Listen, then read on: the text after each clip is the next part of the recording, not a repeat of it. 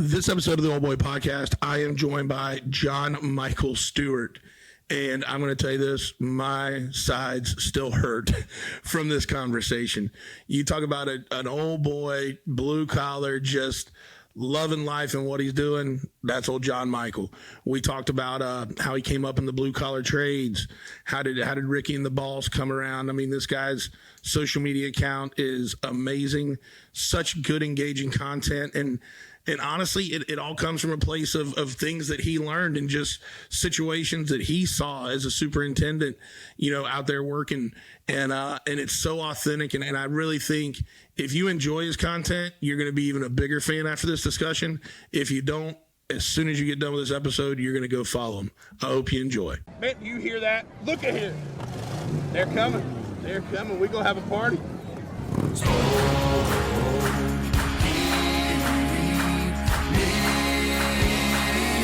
I'm talking good on barbecue. Hey guys, welcome to this episode of the Old Boy Podcast. And today I'm joined by a guy that I'm a really big fan of. I love his social media accounts. We've got John Micheal Stewart with us, and also just not a social media guy. This guy is also a badass tradesman, does a lot of customization, mechanic work, and then also just really good tradesman all the way around. So John, good to have you on, buddy. Appreciate y'all guys having me on here too. It'll be a good time. Absolutely. So you're an Arkansas boy, right? Yes, sir. South Arkansas, about 10 minutes from the Louisiana border, close enough to catch crawfish. I was about to say, you're close enough to enjoy some good Cajun food, right? Got that right. And right now is the most wonderful time of year. Crawfish are plenty.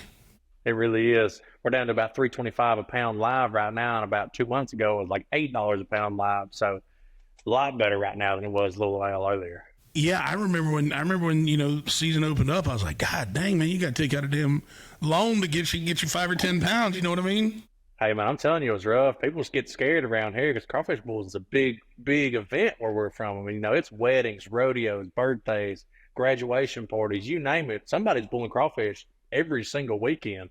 And that shit was so high. I mean, hell, we didn't even know what to do. No. And that's the thing, too. I always tell people I've had an opportunity to spend a good amount of time in Louisiana between some of the barbecue stuff I've done back in the software business. I did a project down in Port Allen for, I feel like I was there on and off 6 months. But, man, the one thing I never got upset with was just eating good Cajun food. And, to me, we all talk about barbecue, barbecue being that great unifier. But, man, when it comes to New Orleans or Louisiana and those outside areas right around it, Mississippi's kind of the same way. I look at the area you're at in Arkansas, kind of the same way on the Mississippi side. Y'all are all kind of got a little Cajun in you. And That's right. Them boils and the crawfish boils, those are like religion, and it's kind of used to celebrate everything, like you were saying. But I love that about there's something about communal and food that just to old boys I think just hits home. That's great around here. We'll do the big barbecues, ribs, briskets, all that kind of stuff a lot too. But I mean, man, you can't beat a good crawfish bowl at all. Throw some shrimp in there, crab legs, everything like that. 8 hours, you're down there in South Louisiana picking it up fresh. I mean, you can't beat it. No, you sure can't. So, John Micheal, a lot of folks know you from social media, but I want to talk a little bit about your trade work too, because you seem like a guy to me from the research I was doing for this discussion. You've been a trades guy from the time you decided to have a job. So talk to me a little bit about that journey. Do you come from a line of tradesmen? Was your pop or grandpop one, or kind of what made you get into that blue collar? My stepdad, offshore oil rig his whole life, international, everywhere, traveling all the time, making good money. So I knew where to find money. And then my dad, he ran one of the bag plants here in town. And we live in a small town, like 3,000 or 4,000 people at most. Not a lot going on here, but I love it. And I worked at AutoZone when I was 17. That was my first real job. I was in high school, working in AutoZone every evening's closing on the weekend stuff, and loved it. Probably one of my most favorite jobs I've ever had was AutoZone because it was so much fun. Because you ain't never had fun until it's 7:30 in the morning. And an old man, 82 years old, is walking in half drunk, asking for an alternator because he's been up all night because his truck won't start. I mean, you can't beat it. And then I just met some people up there, that would come through working jobs, shutdowns in town because we have a huge Georgia Pacific paper mill here. Okay. They'd come through, just get stuff for their trucks and everything like that. And they told me a little bit about their job, how they traveled so much. And I was like, it'd be pretty cool, get paid to travel everywhere you go. Ended up going out there and trying to be a boilermaker. As soon as I turned 18 for a company out of Georgia, Armor Mechanical, was a helper out there for a long time. Probably, I say a long time. 8 months is a long time when you take the shutdown doing 712s. And I did the little East Coast shutdown circuit, started in Georgia, I think, and then ended up in upstate New York, Ticonderoga, at the end of the shutdown circuit there. And man, 18 years old with a shit ton of cash in my front pocket, having a good time. No responsibilities. Yep. Freaking truck paid for. I'm talking about having a good time. So I was like, you know what? I think I could probably keep this shit up. And, took 2 or 3 months off for the summer because why not? I'm 18 with a shit ton of cash in my pocket. What could go wrong? Naturally blew that shit quick. And ended up going to work for a company a little bit, I think an hour from my house down here. And they did blown film plastic extrusion. And I worked out there for 8 years. I ended up being a superintendent for them after 4.5 years. Ran my own crews, jobs, everything like that, and loved every single minute of it. So I've done crane license, welding license, tower jobs. We built buildings. We built metal towers, put the equipment on there, aligned equipment. You name it, we were full turnkey. And I learned as I went. But the nice thing about that too is, man, you start building a bit of a skill set too, right? You haven't got yourself just siloed into one industry, just really good at this one thing. Like, you got a lot of exposure to a lot of different things, which I'm sure kind of helped round out, where you're at now with, doing some of the work you do, just having all that experience. Even if you're not maybe an expert in any of it, but you know enough to be dangerous and you can hone in on the things you want to get better at. Oh, without a doubt, I can half-ass do anything. If I put my whole ass in anything, I get a little too carried away. But out there when I was working, man, I was, I think, 22, and I'd already got all my welding certs for TIG, MIG, and stick. And then right after that, they offered me to go to crane school. They was going to pay for everything. Literally, all I had to do was sit the fuck down, write my name down on the fucking piece of paper where they told me to. So obviously, I took that out there, and I ended up driving a RT Grove 30-ton for like 2 years for them.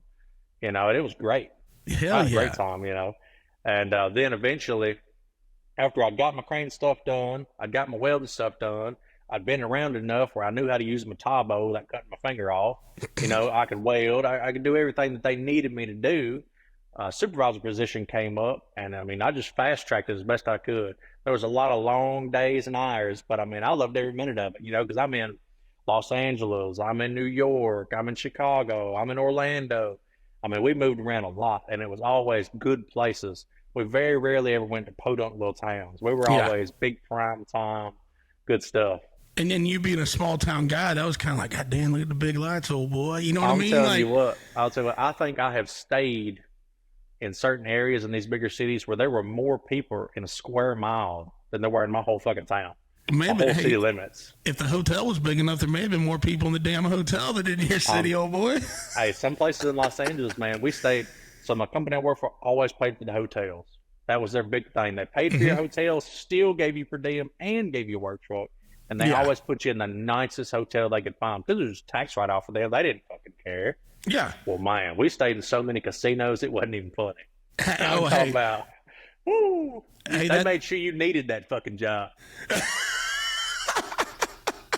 You gonna earn it during the day, and they gonna take it away at night. We gonna need you back next morning, old boy. But yeah, man, I absolutely loved it, and I've done a little bit of everything. The only thing I don't like is I don't do electrical work at all for any reason whatsoever. Fucking light bulb blows out, I might not change that shit myself. I dabbled in it a little bit, man, and I got shocked so many fucking times because I'm just an idiot. And when I get to sweating, I'm fucking pouring, so I'm soaking fucking wet. And I'd touch something I wasn't supposed to, I'd shock the fuck out of myself. And they're like, well, it's locked out. I'm like, it's not fucking off. And after like 6 or 7 times of that, I was like, man, fuck this. I ain't doing this. Y'all gonna have to count me out. Y'all gonna have to just send a guy. I love it. And hey, that's one thing I don't like messing around with either, man. I don't want to get bit by that because but that's crazy. Like, you're okay running a fucking 30-ton crane, but you're like, hey, dude, I don't want to touch that fucking electrical. Yeah, somebody else get that shit. All the equipment that we used to set for these big, huge plastic companies, all the wires were pre-cut and they were plug and play. Simple as it fucking gets. You just had to have a journeyman electrician there to oversee you. And I mean, you couldn't fuck it up. The cords were made to where it only plugs into one slot. Yeah. Like, you cannot fuck this up. And man, I was fucking it up. Somehow I was managing to fuck it up. So, let's just take me out of the equation. Got that right. I tell everybody I was a journeyman electrician once, but I was just a journeyman wire puller because that's all they let me fucking do. I absolutely love that, man. And, it's interesting to hear kind of that, how much you enjoyed, you enjoy going out, seeing different cities, when I was working at public supermarkets and then one of their manufacturing facilities, and they were doing a big ERP software overhaul. And so we bring in all these, fucking consultants that you're paying a whole shit ton of money, and they sit down with you in the conference room, and you pretty much tell them how to do their fucking job, right? Well, hey, here's what we needed to do, and blah, blah, blah, and here's how shit runs. And I remember after 6 months of that and helping lead that project, I'm like, man, I'm just as smart as these motherfuckers, and they get to waltz in here on like Monday afternoon, and they're flying out Friday after lunch. They're getting to see everything. Like, I may look into this. And there was a 6 month, they couldn't hire anybody away that had worked on the project kind of deal, right? And so 6 months and a day later, boom, I get an offer, and I'm like, whoa, shit, hell yeah, man! I get and hey, to me, you get a kick out of this shit. So when I'm looking at the offer letter, and this is back like when smartphones aren't really just popping yet. Yeah. And in the offer letter, it's like, here's what we're going to pay you. Here's how much vacation you get. We cover all your travel, blah, blah, blah. And then it says, and you get a Trio 650 smartphone paid for by the company. And I'm like, boy, that's high fucking cotton right there. Got that right. Let's go. Somebody. Yeah. Oh, yeah. Hey, when I get on that plane, I'm going to have that bitch up by my ear, just letting them know I'm here conducting business. And, right. but to me, I looked at it as a boy from Polk County, like, dude, what a fucking opportunity, like, to go out and see all these big cities and traveling to different countries. And dude, I loved it. And I've been a road warrior ever since. I mean, I think I was just looking the other day because somebody asked me, I think I've done about 1.8 million miles between software and barbecue. And not a bunch of that's been international. That's almost probably 95% of that's domestic. But dude, I wouldn't change it for the world. You know what I mean? Because I'm not married. I love it. Yeah, I'm not married. I don't have kids. You know what I mean? So, like, why not, and I've made so many friendships, through it, which is just super cool. 3 years ago, I met my wife, got married, and we just had our first baby. So I kind of had to calm it way down. So I got me a little fab shop now where I do a lot of work for the public around here. I build side-by-sides for people, repair them, do motor work, trans work, and, in combination with the social media stuff, I make sure I get my bills paid. And then, like, somebody needs their fender welded back on the trailer, man, just bring it over. Come on. And, I do a lot of stuff like that now, and I really enjoy getting out here and working with my hands and actually building stuff that I want to build, Mm-hmm. Well, and you ain't got to run your vision by anybody, right? Like, hey, man, if I want to try it, like, and you may get done with it, go, fuck it, I don't like this. Let's tear it down and, start back. But that's you. I mean, you get to do that, and there's a certain latitude that you enjoy about that. I tell a lot of people, I'm like, it's great. It honestly is. But at the same time, it's a lot harder than you realize because you have to wake up still every morning and make yourself go do something. Because being your own boss is one of the best things you can be. But at the end of the day, you still got to make yourself work, Yep, you got to be self-driven. You got to be. Because I got a lot of good buddies that have got their own small businesses. And I'm like, well, what'd y'all do all week? And they're like, shit, we didn't do nothing. We were just bored. I'm like, well, shit, fire, son. I'm like, I can't do that. I got to do something. I got to get somebody in here. Well, but the cool thing about having your own fab shop too is, especially being a guy, born and raised there, staying where you grew up, is being a part of the community. You know what I mean? Like, oh boy, hey, you need that bumper welded back on? Come on by, man. We'll get you taken care of. And that's one of the things I love about having a barbecue store here in the town that I grew up in. Is just like, I like coming in on a Saturday sometimes, man, and just pulling up a chair and a cooler and having a couple of beers and just talking to the customers when they come in. You know what I mean? Like. That's part of the fun part of having your own business. Yeah, Saturday evenings here is a party every single weekend when I'm home. Because a lot of these side-by-side and Fuller guys around here, it's a huge market down here where I live. And everybody rides. Everybody's got 50-inch tires. Everybody's got big, huge portable gears and stuff on there. And, I live kind of smack dab in the riding area of our county. So they'll break some of their shit out riding around Saturday evening. They'll pull up here to the shop. I have the door open. I'm like, yeah, I can fix it real quick. I got a ball joint right here, man. Don't worry. Fuck. But, you know, and I stay pretty busy, you know. That you know, talk to me a little bit about on the UTV front, because man, you think about when those things came out, you know, and some people started customizing a little bit. I remember 2014 when if you had 33, 35-inch tires, you were the shit. I'm talking about you were a fucking monster rolling down the trails. I got 50-inch tractor tires, cut, scooped, and grooved, bounty cut. I mean, I'm talking about I got 40% gear. I got everything you can put on that motherfucker billet now, and I'm normal size. Jesus. I got guys here running 58, 60, shit like that, and I'm just like, man, I can't keep up, you know. But how do you keep that thing from tipping the fuck over? Man, I'll tell you what, I've rolled mine 6 times, I think. And, so you don't. I mean, the majority of people do, but for some reason, me, I don't know. I just be drinking, man. Sometimes after that sun goes down, yeah, I start getting a little hot. I'm like, well, shit, let me cool off. This beer's pretty cold. And there I am, you know. I got one tire 4 foot off the ground. My other tire's 4 foot down in the ground. We're leaving holes sideways. Then I'm sitting on the side of my door, and I'm like, damn. How do we get here? Yeah. But yeah, it's pretty fun, though, you know. And a lot of places where I ride around here, we're like prime time Delta. Biggest fucking hill we got is an anthill around here. You see a drop, it's a river, a lake, or a pond. Don't fuck up. So we ain't got mountains and shit like that where I live. Yeah, there ain't no need for you know, to have yourself to worry about any rock terrain. You'll be all right. Not at all. We ain't got no fucking rocks unless you bought them and had them shipped to your house. There ain't nothing. We got sand, silt, and mud. That's what the fuck we got. Hey, I want to talk about the little bit more on the mechanics. I want to talk about that truck here in a second too that I saw on your Instagram. But let's talk a little bit about how the whole social media thing took off. When I was doing a little research, you know, for our discussion, I was enamored by the fact of, and I'll let you take it from here, and then you fix me if I'm wrong. But you had a cousin or a sister that was like, "Man, you should get on this TikTok thing and check it out." Yeah. My sister had, I want to say Thanksgiving or something. I had come in from work for Thanksgiving. What year would this have been?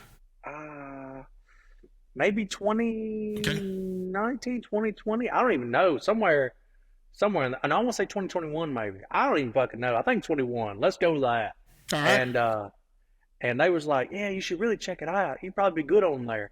So I always been kind of like a half-ass funny guy, you know. Yeah. I like to have fun and always try to build cool shit and stuff. Nobody's ever saying it just because he didn't come to my house. He didn't know it was there. Yeah. And she's like, you should get on there. I was like, okay, cool. So I got on there for 2 or 3 weeks, and I seen some people making some videos, kind of like comedy skit stuff. And I'm like, well, they're pretty funny, you know, but I think I could be a little bit funnier. And I was like, and they really don't try very hard, you know, to make their camera quality good, and the transitions aren't really great. And I'm like, I bet you I could probably do this. Because one guy, I think it was 2021. I want to say it was end of 2021. And this guy got on there, and he's not a creator anymore because he started making videos like this. He was telling people how much money he was making doing this. And he was like, appreciate y'all. And he was spending all this money.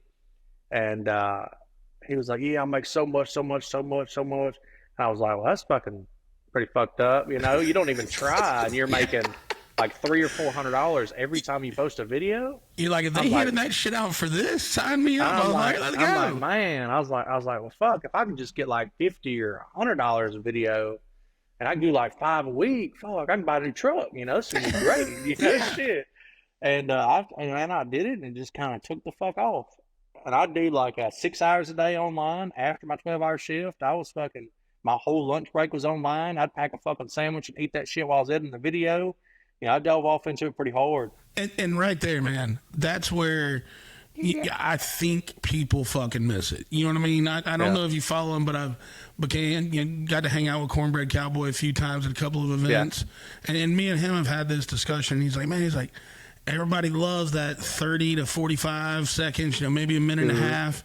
He's like, nobody understands, you're going to this place and knocking on a fucking door and going, hey, you mind if I stand outside your mechanic shop here for a second, just doing some content? Yeah. He goes, and then, setting your tripod up, and he's like, that first take ain't ever the fucking right take. You know what I mean?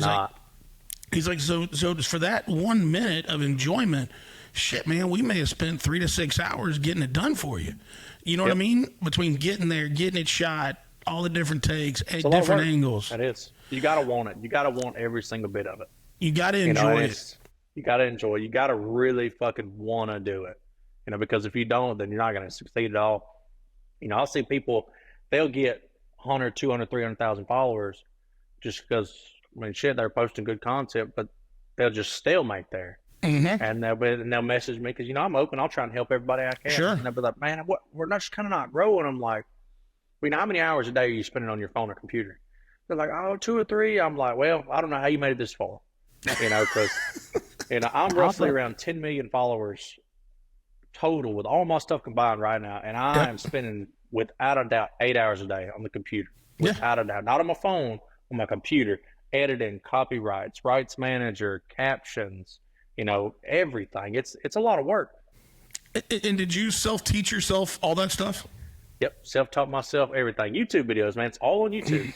It's all on YouTube. You can do anything you want to if you watch a YouTube video long enough. You follow that fucking trail of video after video after video, how to edit, how to do your 180 frames, how to do lighting, like my Snapchat filters. I have some of the best Snapchat filter quality because I have an app uploaded to my phone specifically for the Snapchat filters to make them look better.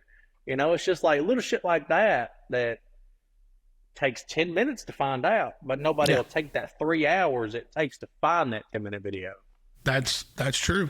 And it's funny you said that. I was just talking to Cody Stamen yesterday, a UFC fighter, and we were talking about, he was talking about, it just sucks that men these days don't know how to change their own fucking oil or this and that. And I'd kind of made the comment of, well, if they weren't brought up around it, maybe they just don't know. And he's like, Chad, you can learn how to do fucking anything on YouTube. And I'm like, you know what? I just showed my age. You know what I mean? Yeah, you really can. It's exactly right. So it's funny. Last night I got home and I'm like, fucking, my AC ain't been running real cold. Let me take a look. Let me see if I can fix this on this old 08. And sure shit, this weekend I saw enough shit. I'm like, hell, I can do that. Let's figure it out. You know what I mean? Got that right. But it is cool just having that right there at your fingertips and being able to, being able to make yourself better. But once again, there's no excuse for it, right? The resources there. You've got time. It's just, are you going to dedicate that time to learning it? Got that right. And pretty much, man. At this point. Right now, any social media app, the way their analytics stuff is set up, professional dashboards, stuff like that, the apps are literally telling you what gender is following you, how old they are, where they live, what time they're online, what content they've been watching, what content they want to watch.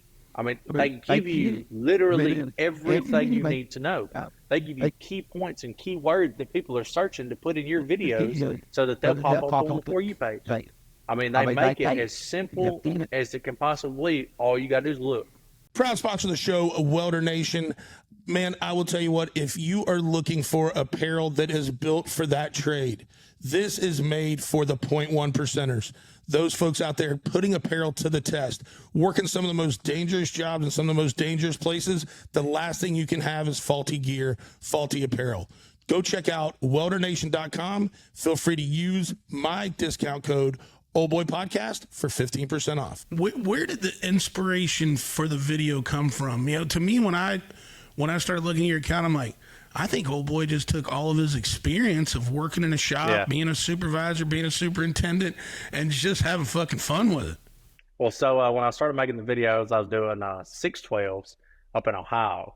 That's where I started up this big plan, was building a whole turnkey plant, 18 lines, all 120 foot tall. So we had a bunch of guys out there working. I'm talking about plumbers, HVAC, electrical, straight steel guys.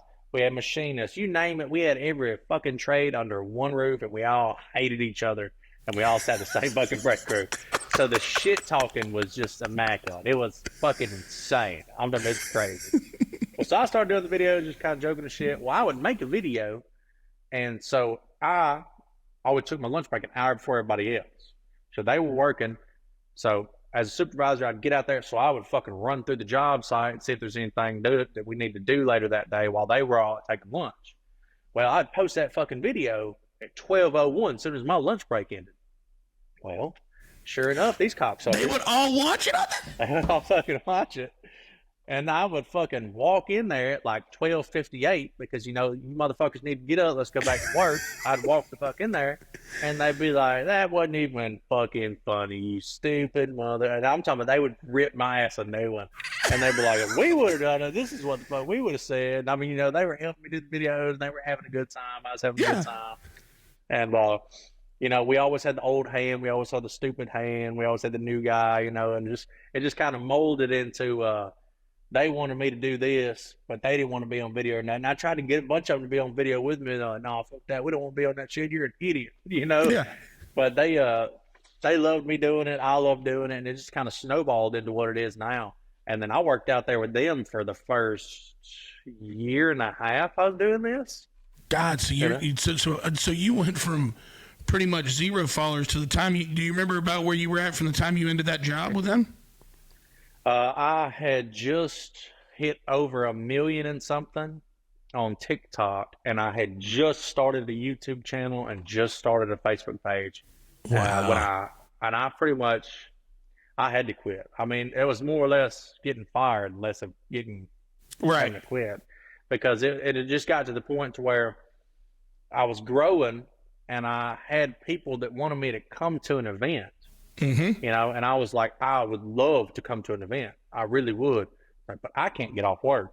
Yep. When they were like, well, we'll give you $5,000 if you come out here and you do this for our business and you do this and you help us market and advertise and stuff. And I was like, okay. I was like, so fuck me. So I'd call my boss. I'd be like, listen. I was like, man, these people are going to pay me an absurd amount of money to drive 14 hours to them, be there for 4 days, help them with their social media pages, make some videos with them, hang out, and do some shit. And he'd be like, well, that's great. Tell him no, because you can't fucking leave. And I'm like, fuck, man, I'm like, fuck. And you know, they were like, and they were cool about it. They were cool about it. You know, they were like, look, we want to work with you. We think what you're doing is cool, you know, once in a lifetime kind of situation here.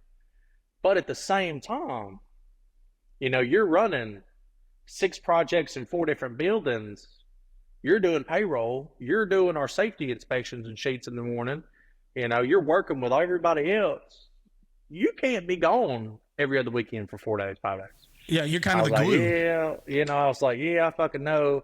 And I was like, well, can y'all send a temp up here for me? Because I was like, pretty much anybody can do what I do.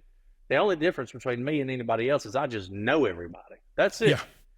And they were like, well, we'll try. And, you know, we tried it a couple times, man, and it just wasn't working. Yeah. It just wasn't working. And then I just bought a new house at home, and I needed to move all my stuff out of I had a 700 square foot cabin that I'd been living in since I was 18. And I loved it. I loved every fucking minute. But my wife was like, we literally cannot live here. She's like, you can literally take 8 steps and be across the house in any direction. Like, yeah, I know, fuck. You're like, So- it wasn't much to keep up though, babe. You know what I mean? Yeah, so moved out there, moved into like a 1,500 square foot house with a big yard. And I was like, okay, shit. Okay, let's do this. So I came home to move all my stuff, moved it into the new house. Then I had some problems with the energy, then the water getting turned on. So I had to stay home 3 or 4 more days. And they were just like, you got to go back. I'm like, man, I want to go back. I was like, but I don't think when I go back, I think when I come back home, that's it. And that just kind of ended up having to be the way it was. I didn't have much of a choice, you know, when things got so good with social media and I had so much stuff going on at home, I didn't have a chance to stay out there and work 6/12s every week no more. And honestly, I mean, you sit there and you think about it and it's like, man, I got a new wife. I got a new home. You know, if I can be home more and still doing this shit it's not like you didn't love the social media part. You know what I mean? Like, you love that too. So, I mean, and you get to be your own boss pretty much in that situation. Yep. So it's like, man, why wouldn't you? I mean, nobody can fault you for taking that leap of faith because, you know, but I guarantee you there's still some guys that would have had a problem leaving that security blanket of a day job. Yeah. And, you know, I was, man, for the first like 3 months after I had pretty much come home, I was like, okay, this is the first time ever in my whole entire adult life I've been unemployed. Like legitimately, like I don't have a shutdown lined up. I don't have my next job lined up. Because usually I'd come home for 10, 12 days and I'd be back out on the road for 2, 3 months.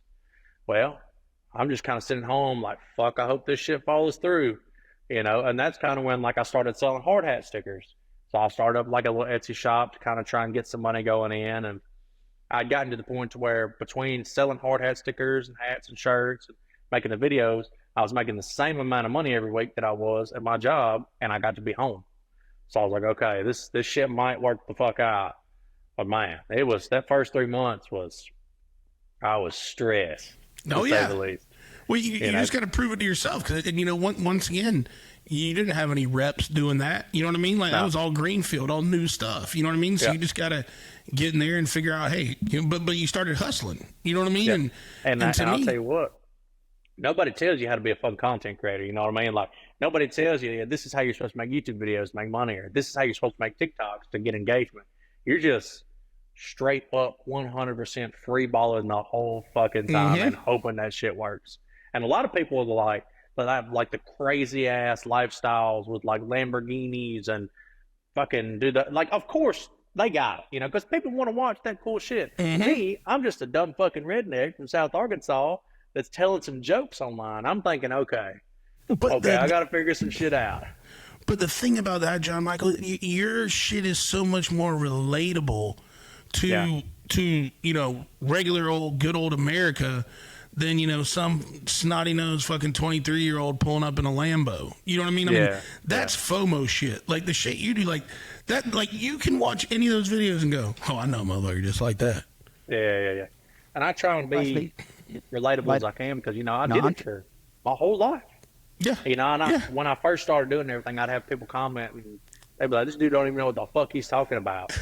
And I'd want to be like, "Motherfucker!" Like I literally just worked a 12 today. Like I don't know what the fuck. I don't know what you want. Okay, like what do you want from me? And man, the haters, they come out of the woodwork. The bigger I got, the worse it got. Man, it's insane. Just the stupid amount of people that would send you death threats in a message on Facebook because you made a video about an electrician joking that they don't clean up, electricians don't clean up. That's one of their things. They leave wire snippings everywhere. It's just a joke in the trades, because it's a true thing in the trades, And I had motherfuckers message me talking about, "I ever seen you in person, I'd whoop your fucking ass. I ain't no dirty motherfucker." I'm like, okay. It's just a joke. Like, I don't know why you're taking it so hard. Yeah. You know what city I live in? It ain't that big. Like I got my address and every single one of my fucking bios. Like you can pull the fuck up. We'll see how this shit turns out. I was about to say you ain't that pissed about it. Yeah, that's what I'm saying. Like ain't nothing but a fucking trip, homeboy. Like And I've ran into some people. I ran into one guy in Tulsa, Oklahoma. Up there, I went to a I can't remember, Redcrest, something big fishing tournament thing. They had a big expo up there, and I got a booth up there, and I was going to try and sell some shirts and some stuff because I wanted to go to the fishing thing anyway. And I was like, let me get like a little 8x10 or something and see if I can drum up some business. And it went really good for me. But I had a guy come up there, and he was like, "I fucking hate your content. It is some straight up fucking bullshit." And I'm like, okay. And he was like, "That don't hurt your fucking feelings?" I'm like, I mean, not really. I really don't give a fuck what you think, But like there's like 3 people behind you trying to buy a shirt. If you could move over, I'd appreciate it. And he was like, "Fuck you." And I'm like, okay, cool, man. Like I don't fucking, you want to take this farther, or like you want to fucking fight me, or And he was like, "No." I'm like, "Well, I don't know what to do for you, bro. Like I don't know what the fuck to do for you." And like I'm sitting down in this chair, just trying to be nice to the dude. And he was like, "Well, if we weren't in here," and I was like, "I mean, we are in here. I mean, like, if you want to go outside, we can. I don't really see the point in it, but I mean, we can go out there and you can try to whoop my ass. Like, I'm cool with it, And he was like, "You gonna go outside?" I was like, "I mean, I can. If that's like really what the fuck you want." He was like, "No, fuck you," and just walked off. I'm like, what the fuck is this? And my wife was just sitting there like, I did have some problems. So I'm like, yeah, I fucking guess so. I'm like, and then I've ran across a couple of people like that. You know, they'll just be like, I can't fucking stand your shit. And I'm like, is the only reason you're here to come tell me that? Yeah. Like, is the only reason you came to this fucking event is to tell me that? Please tell me. Happen to be here. I'm about to say, please tell me you live around the corner. If so, don't tell me you drove 2 hours each way to come here. Just tell me that bullshit. And I'm just like, people are weird, man. I'm like, you got that much hate in you, just some dude talking to himself with some Facebook filters and shit, just having a good time, telling jokes. You hate somebody for doing that. That's crazy. It is. It's wild. But you know, one thing I say on the show all the time is like, man, if you don't have haters, you're not working hard enough. You know what I mean? There's always going to be some level of, and let's be honest, you know, most of it comes from jealousy. You know what I mean? Like that's it. Like, fuck, why did I think of that? Or why ain't I that funny or that witty? Like, why don't people react to my shit like that? And all I was thinking when he was talking about that guy MFing you and thinking about wanting to go outside is, hey, I got your view. Thank you. Yeah, keep giving them to me. And like, I just know deep down he probably still follows me. Like, I know he probably still follows me. That's what the fucked up part is, you know. The guys that hate, it's like they wait for like, I can't wait to see what this motherfucker They have their posts. Notifications on to see that shit. Yeah. Yes. And I'm like, what the fuck? You know, it's funny shit to me. And you know, like all these events I go to, I always try and like be nice, respectful, everybody, have a good time and everything. And you know, very rarely I'll run across one, but they're out there. They are out there.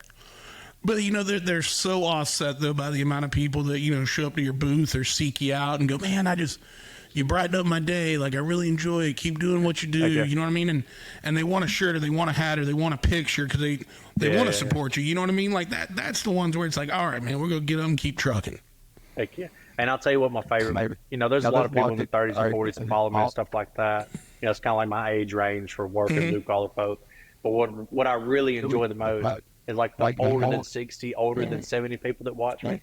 Like I know that they had to go out of their fucking way to ask somebody how to find my page so that they could watch more. Yeah. Like, you know, I'm like, they don't even know how to fucking text, half of them. And they have found me, followed me, and are watching my shit. I just love that because they'll be so excited. Like, I drove over here. I told my grandkids I was coming to meet you. Can we take a picture? I'm like, yes. Yeah. I love it so much. Yeah, because you know it's probably some Thanksgiving or holiday where they're like, hey, grandson, come over here. Show me how to get this guy on my phone. Got that right. And he's over there talking about this is how it is, son. This is how it was, you know. I just love it. I just love it so much. Oh my gosh. So walk me through the characters and how they kind of became, or when you were kind of, because I'm sure it kind of just all evolved, right? You know, as you start building this out. So kind of walk me through that process because I think it's awesome. So I started with Ricky, obviously. That's like my main number one, first character, longest running. And he's kind of stolen the show, you know. And I had a guy working for me. This boy, I'm talking about not the brightest crayon on the fucking box. It is one of the stupidest grown men I've ever met in my fucking life. One day, he was talking to somebody, looking to his right, walking and talking to him. And walked into a fucking I-beam pillar in the middle of the building and broke his nose because he turned so fast and smoked the fucking I-beam. And we watched it on the security cameras, and I have a recording of it saved in my phone. It's like one of my favorite fucking videos. And I'm like, he comes over his fucking nose dripping. He's like, I can't find the safety guy. I need to report a worksite injury. I'm like, who the fuck hit you in the nose? Because it was like broken. I'm like, he's fucking bleeding. I'm like, who the fuck hit you in the nose? I thought somebody popped his ass because he's an idiot. And I'm like, what the fuck? He's like, I walked into the beam. I'm like, you're fucking lying. Who hit you? Tell me who the fuck hit you. We got to do this whole thing. You know, this is not some bullshit. We gotta rise people up. You know, we're a no fucking fighting area. Sure enough, I had to go to fucking security because he would not tell me who hit him in the fucking mouth. And I was like, yeah, this motherfucker said he was over here in the chair, walked into this goddamn beam. I'm like, and it definitely happened there because there's fucking blood everywhere. And sure enough, this motherfucker was just talking so in depth in this fucking conversation with this guy that he just walked into this fucking beam. I'm like, you fucking idiot. So I kind of built Ricky. Yeah, I kind of built Ricky around him and his personality. It's like this. He worked for me for 2 weeks, and after that third week he worked for me, he was no longer allowed power tools. Great helper. But he cannot use power tools. Fucking cannot. I'm talking about he ripped like eight high-vis vests off with fucking drills getting wrapped around the fucking drill bit. He cut 2 of his pants leg open with a fucking wire wheel. I'm like, you're gonna fucking kill yourself. I was like, we are no more fucking shit that spins or rotates for nothing for you. You can have a hammer and a screwdriver and fucking hand tools. And that's why he stayed the whole 8 months he was there. That's oh my gosh. You know, and I kind of built that character around him, and then Roscoe. And real quick, what I love about him before we go to Roscoe is he's uncancelable because he's big mouth. Yeah, you can't do shit. And you can say a lot of shit with a big mouth filter that you can't say if it's just you sitting in front of the camera. Got that right. I'm telling you what, because nobody will ever accredit a fucking dude with a filter on. Whatever they say, it's fair game. Yeah. It's fair game. You know, if I said have the shit that he says, fuck, I'd be fucked. Yep. But that filter right there throws it to the wind. Yes. And you can't do shit about that. Yeah. Because somebody's just going to say some raunchy shit, and he's going to be like, did you see what the fuck this dude said? And they're like, a dude with a fucking Snapchat filter on, making a joke, obviously. It's a fucking Snapchat filter. Like, people know. Yeah, exactly. They can't take a clip or a snippet and try and paint it in some other light because it's a fucking Snapchat filter. You know, that's great. If you can't tell this is hyperbole, then you're a dipshit. You have a problem. You have a fucking problem. Yeah. And then Roscoe, he just came back because, you know, you always got that old motherfucker at work that just refuses to die and won't retire either. And I had one of those guys out there working for me. Great machinist and millwright. That's the only fucking thing he did. He drove the forklift. Not good, I might add. Not good at all. He did shit all the time. Would just fuck some shit up. He just send a fork through something. He didn't care. And the only thing he was there for is to align the motors. We had a shit ton of them to align about 2 weeks out of the month. That's about it. That motherfucker bust his ass for about 10 or 11 days. And that was it. The rest of that fucking time, you'd watch that high-paid motherfucker be driving, scatting ass across the warehouse in forklift. Don't even know where the fuck he's going. He's just going somewhere. He's just driving the fuck around, you know. Burning up battery. And if it came out of his fucking mouth, it was an insult. It didn't matter what you was talking about. You could tell him good morning. And he'd be like, for you maybe, fuck, I got arthritis, fuck you. And then it's like, what the fuck, man? And, you know, it's just like, every time you had a conversation with him, like, you would sit in the break room, we had a huge break room, bunch of table shit, nobody would be at his table. Every fucking time. He'd just fucking be sitting there, drinking coffee at like 3 in the fucking evening on his 8th cup or some dumb shit. And I'm just like, I was like, how you doing, man? He's like, I'm on break. Don't fucking speak to me. I'm like, okay, fuck me. I'm sorry. You know, he was just an asshole. But, you know, he's the one of the guys that you wanted to work with if you had to do something. Yeah. He knew what he was doing. But he sure as fuck didn't enjoy doing it with you.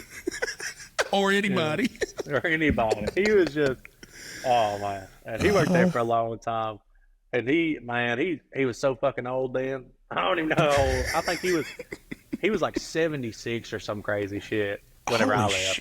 Damn. Yeah, he was old as fuck. He was old as fuck. He must have one of the guys. Would not fucking retire, would not quit, would not leave. If you sent him up 3 flights of stairs, that was his whole fucking day. That was it. You got a motor on 3rd floor, motherfucker, that's the one he's doing a day.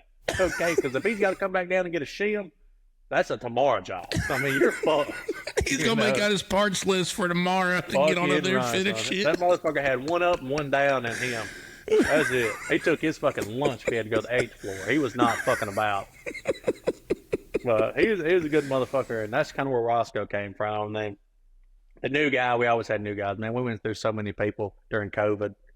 I'm talking about shit. During COVID, I guarantee you we had 200 employees in 16, 18 months. Just come through. Just this soft as shit? You know, man, it was just, they'd come out there and then, you know, they wouldn't know how to do anything. It's not their fault they don't know how to do anything. They're young. Yeah. Well, in that time frame, you had to stay 6 feet away from everybody. Well, so you couldn't really teach them shit. You couldn't teach them shit. You couldn't interact with them. You got a fucking mask over your fucking face. You know, you're getting your temperature checked every morning in a fucking line. You know, we're starting work at 6. You can't start till 8 because you got to come in here and get your temperature checked, then go through safety training every single fucking morning because of the COVID stuff. And then it's like, shit, by 8, you know, it's back to first break at 9:15. They ain't done shit in the first 3 hours of their workday. They think this shit's great. Then things start lightening up, you know. Fans are getting lifted. We're working hard again. They're like, fuck this. I want to go back to the way it was. They're like, no, that's new for us, you know. We were going to bust ass out here. And then the only thing we could get a lot of them to do, and the stuff we were doing, was the layout yard. We always had a fuck ton of steel, fuck ton of handrail, metal, parts, everything, all outside. Well, fuck, you know. I mean, sometimes we're in South Houston. That's 118 fucking degrees, you know. It's hot, Yeah, you know. And I'm like, well, it's a layout yard. Get all this fucking list of shit, put it on a pallet, and come the fucking back inside. And they're like, okay. Son, you'd look out there, them motherfuckers, they'd be hunched over, hands on their knees, dry heaving. And I'd walk out there and I'm like, what the fuck is wrong with you? I'm like, have you ever drank water in your adult life? And they're like, man, I had a Dr. Pepper and I came out here and it's just so fucking hot. And I'm like, well, when you start getting hot, take a couple minutes to yourself and go stand in the shade by the Connex for a fucking second and you get a cup of water. Oh, I was trying to get it done fast. So I'm like, you've been out here 2 fucking hours. What do you consider fast? And I'm like, you've been in the sun for 2 hours in South Houston. I'm like, you thought you were going to be okay? They're like, yeah. I'm like, it'll be like their first real job ever out in the world. Never been outside more than they had to in their life. And I'm like, man. And they would just drop like fucking flies, man. You know, and when I remember in August, we had guys that would show up, go through orientation, get their 12-hour orientation check, never come bug back. That was it. I'm like, well, fuck me, you know, because they do their 12-hour orientation. Well, the first 6 hours, safety training. You know, they got to get all their safety stuff. They got to look at this fucking computer screen, make sure they know not to, you know, kill themselves for some reason. And then the next 4 hours usually is showing you around the job site, showing you where it is, what you're going to do. This is your area. Don't fucking leave it unless somebody else tells you to. This is what you're going to do. Well, then about that last 2 hours, you're outside in the layout yard. Motherfuckers realized outside in that layout yard, that last 2 hours of their fucking orientation, they're like, yeah, this shit ain't for me, Phil. This shit is not for me. And them motherfuckers would not come back. They'd probably do 10 or 15 every week, and I guarantee we'd probably keep one of them. You know, it's bad. You know, they'd come get that 12-hour fucking check, dip. Oh my gosh. Whatever. Oh man. It's bad. It's bad. That's funny. I just, every character just, it cracks me up. So I was like, man, I got to ask him where the origin came from. And I'm sure it's his experience, but that is too funny. But you are right, man. The new guy, that one always, that's a fun one. Cause the funny part is like seeing them come in, like, man, they got the new work boots on, like, you know, mama got them lunch packed. And then by the end of that first day, they're like, what the fuck did I do? Like, do I got to come back? You see the joy leave their eyes. You know, you see that. You see the hollow fucking look on their face at 3:15 when you're on second break and you're like, okay, I've never sweat this much in my fucking life. And then you're like, this is day one, motherfucker. You don't even know what's coming. Defeat is imminent. It is approaching. And, you know, and a lot of those guys, you know, they turned out to be really great fucking hands if they stayed, but getting them through that first month, that first 30 days, shit hard. I'm talking about. And I always tell them, a lot of them, they come to me like, man, I don't really think I'm coming back tomorrow. And I tell them, like, look, it ain't for everybody. I was like, but you got to think about it. You're having a rough fucking time today. In 2 years, you know how much money you'll be fucking making and how much shit you'll be able to just do? You'll be able to do all kinds of shit. You'll never need anybody doing anything for you ever again unless you just want them to do it. Like, you can do whatever the fuck you want. You can work with your hands in any aspect after about 2 years out here. And then, you know, some of them will be like, okay. And then... And if you think about it, like, that's not a big investment for the rest of your life. Proud sponsor of the show, Trollco Clothing. Love what the brand's about. It's all about supporting that blue-collar worker. You know them for their trademark shirt and hat, dirty hands, clean money. It's not just a slogan. It is a lifestyle. Go visit trollcoclothing.com and use my discount code, OldBoyPodcast, for 15% off. Exactly, you know, I remember my dad made me, when I was like 13, 14, one summer, my cousin had a nursery here in Central Florida, right down the road from my house on the same plot of land. And man, I had to take my big ass down there and just weed plants all fucking summer. Yeah. From 7:45 in the morning till 5:45 at night. Yeah. Just weeding and pulling weed barrier and all that shit. I remember I asked my dad and my grandpa at the end, I said, why the hell did y'all make me do that? And they said, well, if you could survive this summer, you can survive anything. So we kind of set the bar pretty high, so you should be able to tolerate some shit. You know what I mean? But I appreciate it. Like, I look back on it to this day, and it's like, that was a good lesson. You know what I mean? Got that right. One summer, my grandpa, he was a roofer for 50 years. And man, he was always big on, man, I want you to take care of the family business. Buddy, I did one summer in Florida on them roofs. One, found out I don't like fucking heights. And two, it's like, there is no escaping having blisters on your feet. Yeah, I mean, fuck carrying a shingle pack up a ladder, too. Fuck that. Yes. And my I'm grandpa... a big old boy. Yeah. I'm a big old boy. I need a special ladder for me, much less a pack of fucking shingles. Exactly. Fuck this. And my grandpa, he wouldn't... 145 pounds, and he put two of them bales on his shoulder and get up that bitch like a cat, boy. And Nah, that ain't me. Yeah, I'm up there, boy. I got one over my shoulder. I'm just rung by rung in that bitch. It's about Fucking 5 minutes. And then I'm starting to say, like, well, I'm kind of strong. I probably have a better chance of just trying to throw this shit up on the roof and then go up the ladder. Get about two of them bitches till it kills you. And, I helped it. But I had to tell him after that summer, I said, you know, Pops, I don't think this family business gonna get handed down to the next generation.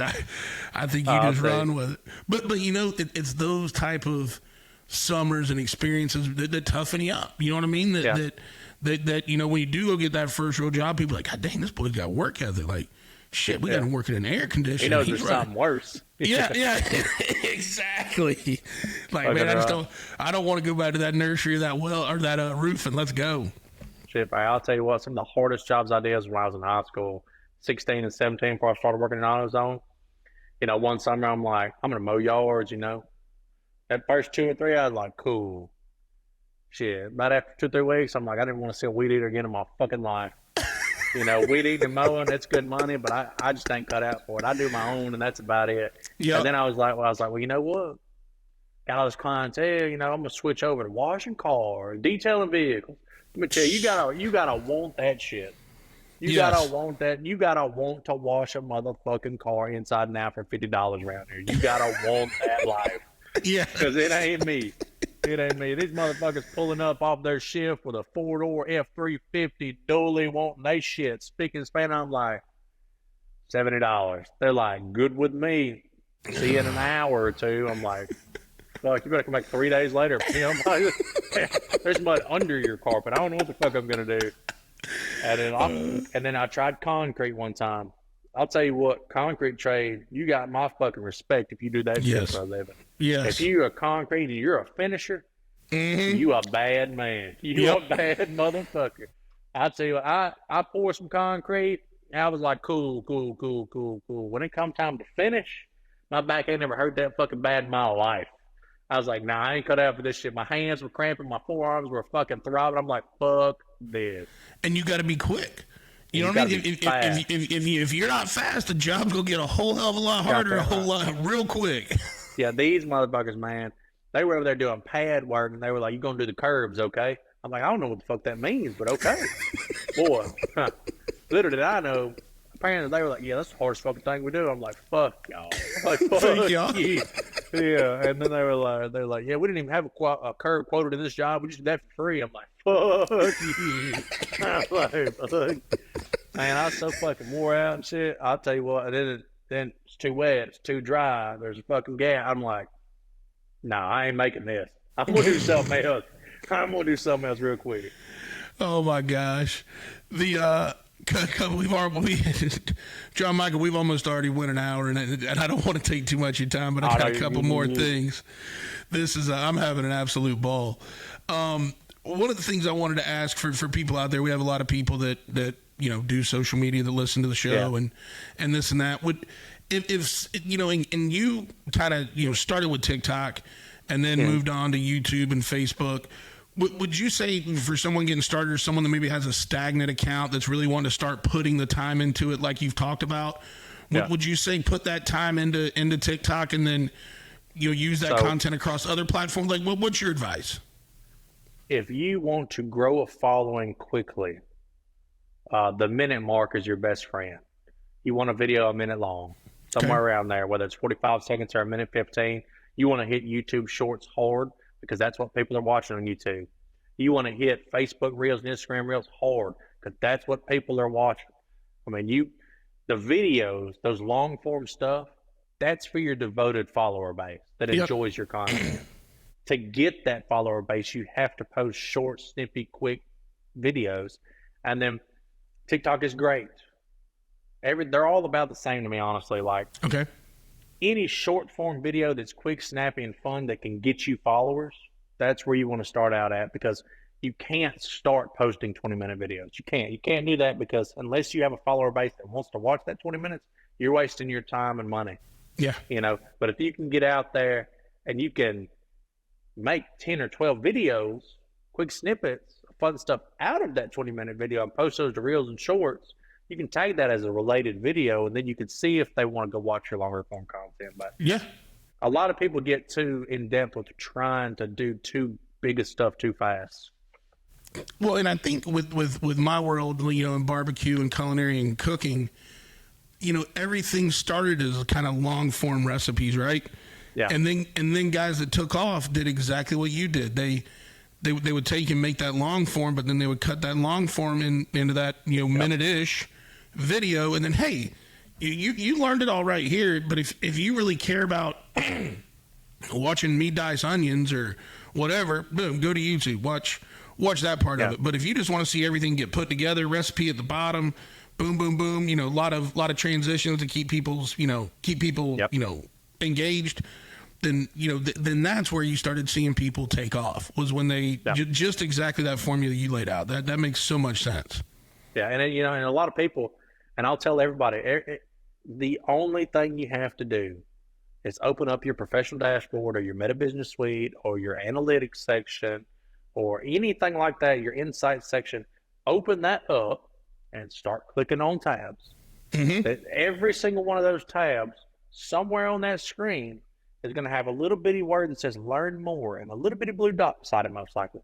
You click that blue fucking dot beside the words that says learn more, you're going to know everything you need to know, and that's all you got to do is follow what they say. That's it. They're giving you the playbook. Just execute it. That's right. They will tell you who your audience is, where they're from, how old they are, and what they want to watch. All you got to do is exactly follow that fucking script. That's it. Just be yourself and give them what they want. And would you say, is there any secret sauce to how often you're posting and time of day? Well, like I said, time of day is specifically around your analytics. Your follower base is online a certain amount of time during the day. That's when you need to be posting. Hit that sweet spot. You need to work for your followers. That's the basic here, because you want them to watch your shit. Well, you got to post it when they're online. That's it. That's cut and dry. And then far as it kind of depends on your content to me. Short, quick, snippy, fast videos, you can post as many as you want to. But if you're doing like super detailed motor builds, obviously you can only post as fast as you can build it. Right. I think that's very content specific. Like me, I'll post 3 to 5 times one week or 10 times one week. I'll post 30 memes in a month. Next time I post 3. It's just kind of, what I'm feeling, how I'm going, and how things are looking. And then my analytics, they'll show me topics. Well, if I've got a good meme that wraps around this topic, I'm going to post it because it's trending right now. It's just, you have all the information at your fingertips that you need to succeed. All you got to do is look at it. Yeah. That's, and you think about it, it's interesting because me and the guys at Trollco, that partner with me and Tim on Old Boy Apparel, it's interesting because watching the way that brand has grown, and then talking to Justin and Jason, it's like, man, we kind of let our community curate what our social media is. And then that's very much what you're doing, just in a different way, right? You're taking and saying, okay, this is what my community wants. I'm going to give it to them. You said something I think is very powerful is, if you want to be good at this business and you want to keep growing and you want to succeed, you've got to work for your community. It's not a two-way street. You need to be the one putting in the work, and then in return you get the view and the gratitude, and that follower gets even stickier. Yep. So like a quick example, like anybody wants to do this on Facebook, I just started my broadcast channel on my Facebook page, my Ricky the Boss Facebook page. Literally, the whole entire point of the broadcast channel that's on my page is for me to put polls up and ask questions of the people that follow me as to what they prefer. Video length, content style. What do you want to see this week? Do you want to see more Roscoe this week? Do you want to see more Ricky this week? I post the poll. They tell me what they want. I do it. That's it. Cut and dry. They get what the fuck they want. It's majority decision. That's all there is to it. I love it. Is that the shop where you cut all them videos at? Yeah. So That's my shop's right. actually like a 60 by 50, and it used to be a hay barn. And the roof had fallen in when I moved in, so I put a new roof on it, and I put some skylights in so I didn't have to run a lot of electricity during the day. Mm-hmm. And I had somebody come in and spray foam my walls, and I painted it black because I didn't want that crusty yellow stuff. Mm-hmm. And this is it, man. I got my drill press, I got my metal engraver, I got plasmas, I got tubing benders, got my welder, my plasma cutter. I got a lot of tools in here, and it's not a real big shop compared to most, but I can fit 2 side-by-sides or 2 trucks in here. I got my car lift, and I can work on 2 projects at one time, and I can usually do about 1 a day, unless it's a motor or trans job. Yeah. And I mean, I charge like $75 an hour shop rate, which is pretty cheap for around here. Yeah, that's real nice. And then, and I tell people, like, I'll charge $75 an hour because at least 1 hour of that I might be on fucking YouTube if I've never worked on this before. So, yeah. I got all the tools and everything to do it, but I don't know if I've worked on you're making model Kawasaki Terex that has this fucking strange ass bolt in this weird place I can't find. And I tell people, I'm like, we got warranty, we got insurance. If the bitch burns down, call the fire department, then me. And then that's it. But I love it, man. And I just kind of try and keep busy. And this really, all these tools behind me, I'll use some of the open end wrenches, but all this stuff behind me is just bullshit. Yeah. Like all my real tools are over there in my toolbox. Yeah. I just leave this stuff hanging up here just for the videos. Yeah, that's your set right there, bro. Yeah. I used to do them all out of a 10 by 20 little carport, one of those pop-up portable building carports. Yeah. And I always made the building look so fucking huge because I took the camera and did like a 0.7 instead of a 1 frame. Oh, yeah, and I yeah, made it look so much fucking bigger, and everybody was like, this motherfucker's got a massive shop. And I'm like, bitch, I can almost touch both walls, like you just don't know, and I've just been fortunate enough over time to grow and get enough business here locally that I can, add on to the shop and stuff like that. And eventually I'm going to get me some serious ass HVAC out here in this thing, but apparently we're just going to sweat this summer. Hey, all you HVAC folks, I know a creator that probably cut you a hell of a deal on a little swap out there. Hey, I'll tell you what, man. I had this man come quote me for a 5-ton HVAC unit, and I was like, ooh, that's probably what I need. He was like, yeah, probably like 11, 12 grand. I'm like, yeah. I mean, I got this 110 AC unit I got cut in the wall, and I just stay in there when I'm hot. I'm like, I'm just going to keep rocking with that shit, And I tell people all the time, they'll like comment and shit, like, oh, this motherfucker's making so much money. I'm like, I don't know where you're getting this information from, but like, I make a little bit more than the average guy working a 60-hour week. Like, that's it. Like, they'll see the big truck and shit. Well, so I got my big work truck. Well, that was a bunch of marketing trade and horse trading going on there, with the rim companies, bump companies, stuff like that. I was doing advertising for them, so they were giving me crazy fucking discounts and shit. Yeah. And I've always had big lifted diesel trucks. Well, my Indy level, it's on 30s, crazy shit, all that stuff. It was cheaper. It was cheaper for me to get the Indy level hydraulic suspension than it was to add onto my carport for me to have a fucking parking spot. Yep. So I was like, well, fuck, 2 birds, 1 stone kind of deal. And it's badass. It's badass, And so then, like, I use that truck to get me into truck shows so I can go sell my merchant stuff. All around good fucking deal. Yeah. And then I made a lot of friends, going to the truck shows and stuff like that. So, the creators. And I love to do stuff like that, off-road, fast cars stuff. And it's just works out great. Man, that is so awesome. So having, when you left the day job and had the opportunity to start going and doing some of these events, Yeah. not do you have like a favorite or like one of those moments where you're like, man, I can't believe like social media allowed me to do this. Like for example, Yeah. I got to go to the Indy 500 last weekend. Like really, really cool beef company, Good Rancher Beef, invited me out. And like we were on the suites. We got to ride the track in a truck like 3 hours before the race. Just shit like, dude, like, I had my NASCAR experience once. I got tell me about it. So Justin Danger Nunnally. Yes, dude, that guy's a fucking hoot. Yeah, he's fun as shit. Yeah, he invited me up to Bristol Motor Speedway with a bunch of other people. And we're standing down there in the middle of the track while they're racing. It's loud as fuck. I'm like, this shit's pretty cool, Yeah. I got to meet Ginger Billy there. I've always followed him forever. He was there, and like a bunch of other big creators and stuff. And I'm like, this is cool shit. I'm standing down here with my wife at a fucking NASCAR race because I make jokes on the internet. Yep. And I was just like, this is pretty cool shit. And then I'll go on a mud ride or something. We do a lot of mud rides, and because there's so many mud parks down here near me in Texas, Louisiana, Arkansas, and it's just so much fun to pull up to the gate and they know who you are, and they'll be like, oh my God, we're so glad you came. I'm like, shit, I'm glad I came too. It's gonna be great, and then get out there and we'll be having fun. All the people will be riding with us, you just get a big group together and go have fun. Like when you just legitimately see the enjoyment in people's faces, they just get to see you and meet you, and I'm just like, I'm just a fucking idiot, but I mean, I appreciate you liking me. This is cool. Yeah, no, that's so awesome, man. And I'll tell you what, like I said, I've always loved your content, but now, getting to spend an hour with you and get to learn a little bit about the man behind the account, like it's fucking awesome, man.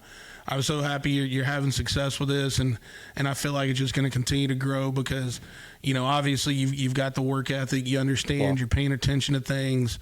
It's been an honor, man. I've really enjoyed the time.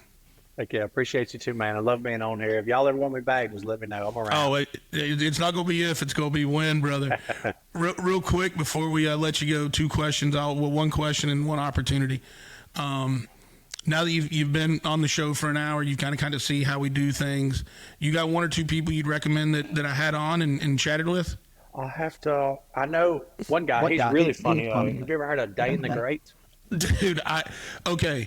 You've now hit the 3 fucking accounts that I watch the most. 4. Yeah. So I talked about Cornbread Cowboy, your account, Dane, and Nunley. Yeah. Dane cracks me the fuck up. I mean, so we and him kind of started around the same time. Yeah. And he grew and went the whole country artist, singer fucking vibe. And I just kind of kept doing the same thing. And he's grown and done some awesome shit and done dropped some songs, stuff like that. He's a pretty cool guy to talk to. And then what more I'd have to say? I can't remember his name to save my life. That's All Right Then. The All Right Then guy with the smart mower hat? I can't remember his name. Shit, because I always call he's in my phone. He's All Right Then. Yeah. And he's a hoot, man. Me and him met up there in South Carolina or North Carolina. I went to a mud park up there, and he was local, and I had him come out and bring a spoiler, and we rode and had a good time. And Cooking with Cajun is a good friend of mine, Audrey DeSalle. You ever seen his stuff? Yeah, I sure have. Yep. He travels with me every now and then. We go to rides and stuff like that. And he's cool. He's a cool dude too. And he loves to talk. Oh God, he loves to talk. And I'll tell you what, he could out talk more people than he could cook, because that sucker's got some lungs on him, and he is a funny guy. He has got some jokes wrapped up, and he is fucking fast with him. He's one of those old cats that's got some fucking shit loaded up and ready. Yep, I love it. I love it. And then the other opportunity is, tell people where they can find you, and if there's anything, you want to help promote, merch, any sponsors, anybody like that. You can go Facebook, YouTube, Instagram, TikTok, whatever. Just search Ricky and the Boss, and I'm on there. That's pretty much it. Watch them. Everything's free to watch. I don't do that subscriber shit. Just get on there and hang out.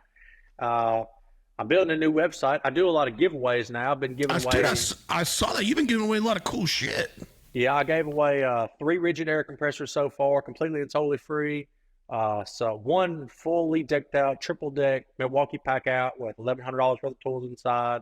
I just bought a Miller Bobcat 265 welding machine generator that I'm about to give away. And then I'm going to give away a drift cart, 212cc Predator motor drift cart that I'm building right now. I'm going to end up giving away a rig truck sometime, hopefully into this year, first of next year. Just doing a bunch of stuff like that. So get over there on the Facebook page, most likely is where you'll see a lot of that. And just stay updated. And I mean, pretty much everything is either free to enter, or you can buy a $2 or $3 hard hat sticker and you get entered. But like I said, you can get in it free too. Love it. Check that out. I love it, man. John Micheal, it has been an absolute pleasure, brother. I've really, really enjoyed the conversation. I wish you the best of luck, and we will definitely be bringing you back. Guys, I hope you enjoyed this conversation as much as I did. This is going to be a tough one to beat. This has been a great time. But until the next one, you guys take care, and we'll see you soon. Thank you so much for listening to the Old Boy Podcast. Please subscribe, like, set your notifications, whatever you got to do to make sure you're getting the latest episodes. Also, feel free to go back, whether it be YouTube, Spotify, Apple. Get some of the past episodes, check those out, and always feel free to check out our socials, Old Boy Podcast. Thank you so much.